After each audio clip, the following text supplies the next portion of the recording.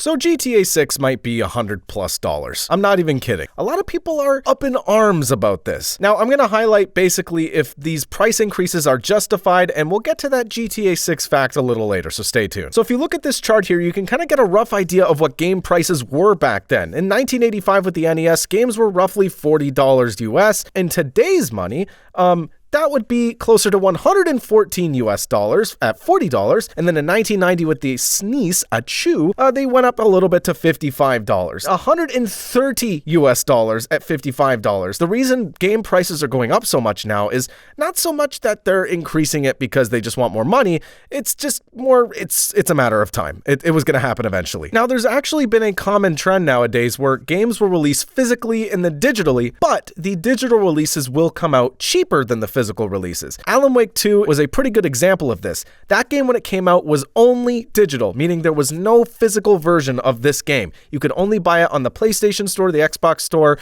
and the Epic Games Store. Now, Alan Wake 2, when it came out, retailed for about $69.99 digital, and this is because there was no physical edition, so Remedy's idea was that they would make no physical copies, basically reducing the cost so that they can put out a cheaper digital version of the game. Play Alan Wake 2. It's an awesome game. Now, a lot of people are mad at Remedy because they did this, and they're like, hey, Remedy, dude, what the heck? What about game preservation? What if I want to put Alan Wake on a shelf somewhere and have nice, sick LED gamer lights under it? And Remedy did have an answer to this. Now, they did come out with a deluxe edition of the game. You could grab it for $109.99 on Best Buy Canada. Well, at least it exists. So why do games cost more now? That's probably the biggest question. Now, with the rise of the PS5 and the Xbox Series X, we have games with higher fidelity than ever before. Some of these games look realistic, and looking at Alan Wake 2 again as an example, and it looks stunning.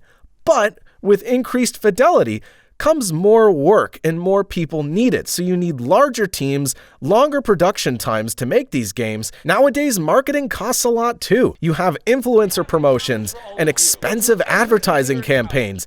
And in the year 2025 especially, it is so difficult to stand out anywhere on social media, TV. There is just anyone can wake up with a camera like my goofy self and start recording themselves and put themselves out on YouTube or do an advertisement, do a promo, whatever. And then every now and then you come across a really cheap game or a game that's completely free. Like, for example, the newest Marvel Rivals that just came out. However, they are going to offset what they would have charged you for the game with microtransactions. Now, these are like skins or weapons or whatever, and they differ on a game-to-game basis.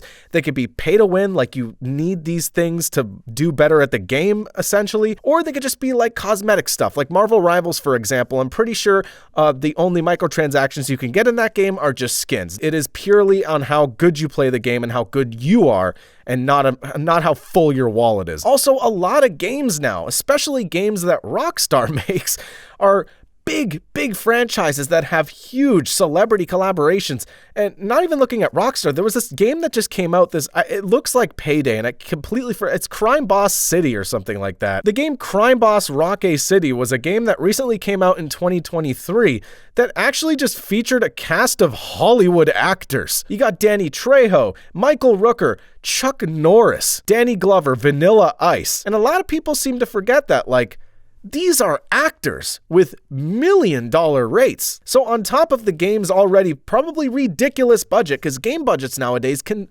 skyrocket and balloon to over $200 million in some cases, you now have to pay a cast of Hollywood actors if you decide to do that. And if these actors are part of a union, you need to pay licensing fees and residuals. So not only are you just paying them for the job, but over time, depending on how much sales the game generates, you might need to pay them a percentage too. And I'm not saying this is a bad thing. Unions are great. You should be part of a union if you have the opportunity to. Rise up, unions. But I'm just explaining why it's so expensive nowadays to do anything. But you got wonderful indie games that are just delicious to play. And it's wonderful. That was awful. Delicious. The heck was that? And with Video Game Donkey's publisher company, you got Animal Well, which was a fantastic Metroidvania type game. And these games obviously are made by maybe 1, 2, or a small team of people.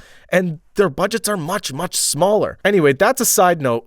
get indie games are sick, dude. Get indie games. Now, on to why GTA 6 could have a potential $100 price tag. Now, according to a ton of gaming press news outlets right now, I'll just use GameSpot as an example, GTA 6 could cost as much as $100. Some hope. Who hopes?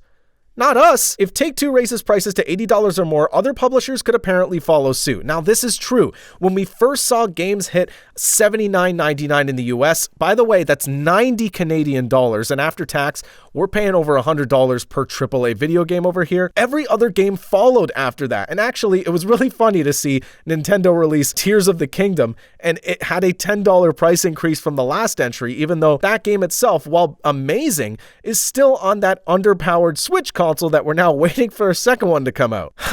Now, knowing Take-Two and their quite consumer-friendly antics, I could absolutely see them doing this, which sucks. And with all these other subscription services increasing their price, like Netflix, Spotify, and just gas and food is so expensive, adding this on top of that sucks. A lot of people use video games as an escape tool, especially from the way the world is right now. It's a dark place sometimes. And when you have a constant reminder or you're just gatekept by super high prices, it really does suck. Now, obviously, that would be an unfair take to have because everyone needs to make money. But in the way the world is nowadays, maybe the answer is to just not buy games when they come out at these extreme prices. Let's be honest, in a couple years or maybe even a couple months, these games will just go on sale. A good example would be Battlefield 2042. That game, oh god, that game, when that game first came out, it got absolutely curb stomped. And it sucks because I love Battlefield and that game got hyped up a ton. But the devs did keep their promise and they worked on the game, and now it's actually in a somewhat playable state, and every now and then it'll just go on sale for $5. So instead of buying a game right when it comes out for $100+,